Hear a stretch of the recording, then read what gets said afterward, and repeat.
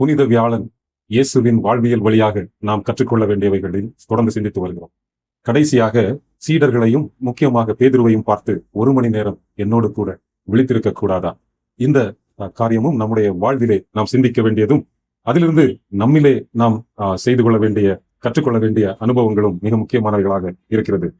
மத்தேயு 26ஆம் அதிகாரம் 40வது வசனம். அவர் சீசர்களிடத்திலே வந்து அவர்கள் நித்திரை பண்ணுகிறதைக் கண்டு பேதுருவை நோக்கி, நீங்கள் 1 மணி நேரமாவது என்னோட கூட விழித்திருக்க கூடாதா? நீங்கள் சோதனைக்குட்படாதபடிக்கு விழித்திருந்து ஜெபம் பண்ணுங்கள். ஆவி உற்சாகம் உள்ளதுதான், மாம்சமோ பலவீனம் உள்ளது என்றார். அவர்கள் அந்த நாள் முழுவதும் ரொம்ப பிஸியா இருந்தாங்க. இயேசுவுக்கு தெரியும் அவர் அன்று இரவிலே அரெஸ்ட் பண்ணப்படுவார், அடுத்த நாள் வந்து சிலுவையிலே அறையப்பட போகிறார். இந்த அவருடைய உறவு, இந்த உலகத்திலே அவரோடு க்ளோஸா இருந்த அவருடைய சீடர்கள், நீங்க தான் என்னுடைய சகோதரர்கள், நீங்க தான் என்னுடைய பெற்றோர்கள், நீங்க தான் என்னுடைய எல்லாமே என்று அவர்களோடு பயணித்தார். கடைசி நேரத்திலே அந்த உறவை அவர் மிக அதிகமாக எதிர்பார்த்தார். பேதுரு பின்னும், சீடர்களும் பேதுருவும் பின்னும் அதை புரிந்து கொள்ளவில்லை. எதை புரிந்து கொள்ளவில்லை? நாளைய இரவு இயேசு நம்மோடு இருக்க மாட்டார் என்பதை அவர்கள் உணர்ந்து கொள்ளவில்லை. இயேசுவுக்கு தெரிகிறது, this night is the last night with my friends. என்ன சீசர்களை பார்த்து அவர் சொன்னார், நீங்கள் என்னுடைய நண்பர்கள் என்று. எனவே அந்த கடைசி நாள் இரவிலே அவர்களோடு சேர்ந்து ஆண்டவரை நோக்கி மன்றாட அவர் ஆவலாய் இருந்தார். ஆனால் அதை அந்த சீடர்கள் உணர்ந்து கொள்ளவில்லை.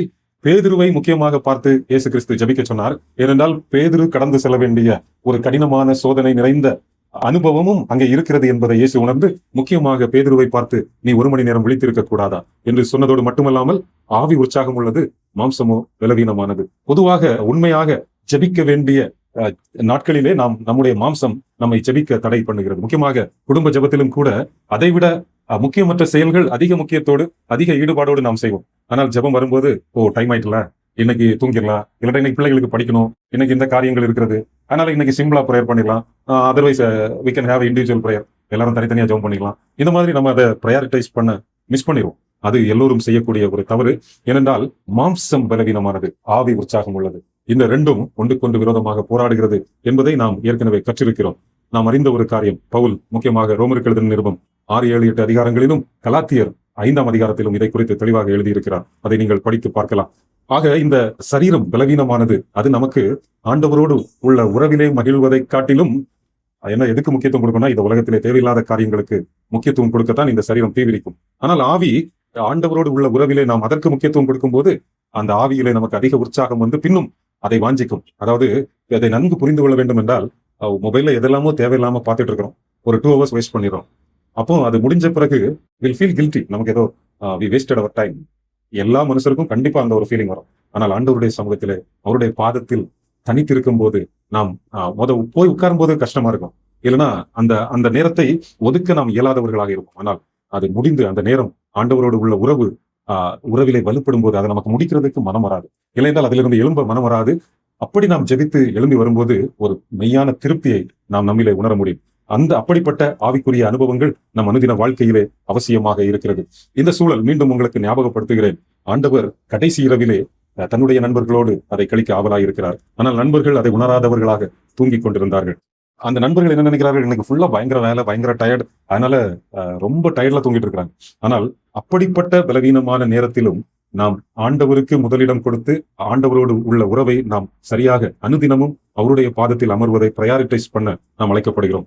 அதைவிட இந்த ஜெபம் இங்கே ஆண்டவர் வலியுறுத்துகிறார். 1 மணி நேரம் விழித்திருந்து ஜெபிக்க கூடாது. அப்படின்னு நான் எப்படி ஜெபிக்கணும்? 1 மணி நேரம் முழுவதும் எனக்காக, என்னுடைய தேவைக்காக, என்னுடைய வியாதியிலிருந்து விடுதலைக்காக, இல்லைனால் என்னுடைய குடும்ப தேவைக்காக அப்படி சொன்னதையே மீண்டும் மீண்டும் சொல்லிக் கொண்டு இருக்க வேண்டுமா?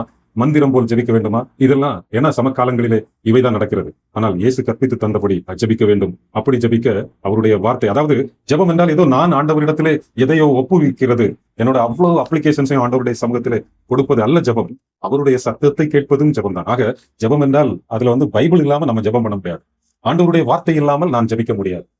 இல்லைன்னா என்னுடைய மாம்சம் தான் என்ன செய்துட்டு இருக்கோம், ஆண்டவர்கிட்ட பேசிட்டு இருக்கோம். அது பிரயோஜனம் இல்லாத ஒரு கம்யூனிகேஷனாகத்தான் கண்டிப்பாக இருக்கும். ஆவிக்குரிய நிலையிலே நான் ஜெபிக்க வேண்டும் என்றால் இந்த வார்த்தையினால் நான் உயிர்ப்பிக்கப்பட வேண்டும், இந்த வார்த்தையை தியானிக்க வேண்டும். அதற்குள்ளாக வரக்கூடிய இந்த வார்த்தையின் ஊடே வரக்கூடிய ஜெபம் தான் உண்மையாக என்ன ஜெபமாக இருக்கும். அப்படிப்பட்ட ஜெபம் செய்கின்ற மேலான வாக்கியத்தை ஆண்டவர் நமக்கு அருள வேண்டி நாம் அவருடைய சமூகத்திலே காத்திருப்போம். ஜெபிக்கிறது என்றால் நம்முடைய விண்ணப்பங்களை, அதாவது இன்மைக்காக மாத்திரம் நாம் ஜெபிக்கிறவர்களாக அல்லாமல், அவர் நம்மை உருவாக்கின நோக்கத்தை உணர்ந்து அவர் சித்தம் செய்ய, முக்கியமாக இந்த வியாகுல வியாழனை நினைவு கூறுகின்ற இந்த நாட்களிலே நாம் ஏற்கனவே சிந்தித்தபடி கால்களை கழுவுவது ஏதோ சடங்காக சபையிலே கால்களை கழுவுவது அல்ல. உனக்கு பிறனாக உன் பக்கத்திலே இருக்கின்ற ஒரு மனிதன் என்னை விட குறைந்தவனாக நான் அவனை கருதும் போது நான் என்னை தாழ்த்தி அவன் கால்களை கழுவ ஆயத்தமாயிருந்தேன் என்றால் அது உண்மையாக கால்களை கழுகின்ற அனுபவமாக அது எனக்கு பிரயோஜனமாக மாறும். இரண்டாவதாக அந்த ராப்போஜனம், அந்த ராப்போஜனம் எப்பொழுது அது பிரயோஜனமாக இருக்கும் என்றால் ஆதி சபையிலே இல்லங்கள் தோறும் அதை அப்பம் பிட்டார்கள். அதே போல பஸ்கா பண்டிகையும் எங்கே கொண்டாடப்பட்டது என்றால் எல்லாரும் கூடி கொண்டாடவில்லை, எல்லாரும் அவங்கவங்க இல்லத்திலே தான் அதை கொண்டாடினார்கள். அந்த மாம்சத்திற்குரிய ஓல்டு டெஸ்டமென்ட் பழைய ஏற்பாட்டின் பஸ்காவும் இல்லத்திலே, அதாவது ஒரு ஆடு அடிக்கப்படும் போது அது எத்தனை பேர் அதை சாப்பிட முடியும் அதுக்கு தகுந்தவாறு அவர்கள் இணைந்து அந்த பஸ்காவை கொண்டாடினார்கள். அதே போல ஆதி திருச்சபையிலே வீடுகள் தோறும் அப்பம் பிட்டார்கள். ஒரு பெரிய பில்டிங்ல 1000 பேர் 2000 பேர் கூடி அப்பம் பெற்கவில்லை. ஏனென்றால் அந்த அப்பம் பெற்கின்ற அனுபவத்திலே தலையாகிய கிறிஸ்துவுக்குள் இணைந்த எல்லாருக்கும் ஒருவரை ஒருவர் தெரிந்த இயேசு கிறிஸ்துவும் 12 சீசர்களும் இருந்த மாதிரி ஒரு அப்பம் பெற்கின்ற அனுபவத்துல ஒரு 20 பேர் ஒரு 30 பேர் அப்படின்னா எல்லாருக்கும் ஒருத்தர் தெரியும்.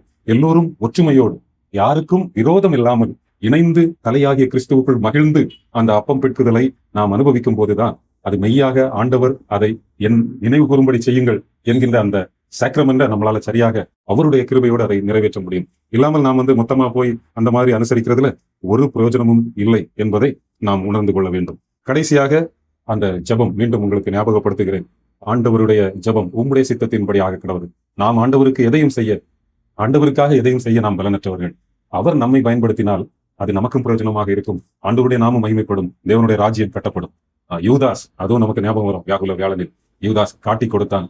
நாம் காட்டி கொடுக்கிறவர்களாக இல்லை என்று நாம் நினைத்துக் கொள்ளலாம். ஆனால் யூதாஸின் நோக்கம் எனக்கு என்ன கிடைக்கும், சபைக்கு போறதுனால எனக்கு என்ன கிடைக்கும், ஜெபம் பண்றதுனால எனக்கு என்ன கிடைக்கும், அப்படி நான் வந்தேன்னா நான் இம்மைக்காக மாத்திரம் இயேசுவை பின்தொடர்கிறவன் என்றால் நானும் யூதாசை போலவே இருக்கிறேன். எனவே நான் இம்மைக்காக ஆண்டவரை தேடுகிறவனாக அல்லாமல் அந்த தேவனுடைய ராஜ்யத்தை தேடி அவர் சமூகத்திலே வர, ஆவிக்குரிய கண்கள் திறக்கப்பட்டவனாக வர அவர் நமக்கு உதவி செய்ய வேண்டும். 1 மணி நேரமாவது என்னோடு விழித்திருக்க கூடாதா? ஒவ்வொரு நாளும் 1 மணி நேரம் குறைந்தது ஆண்டவருடைய வார்த்தையின் உதவியோடு அவரோடு விழித்திருப்போம். ஆண்டவர் தாமே அவர் எதிர்பார்க்கின்ற விதத்திலே இந்த நாட்களை நினைவு கூற ஆண்டவர் நமக்கு உதவி செய்வாராக.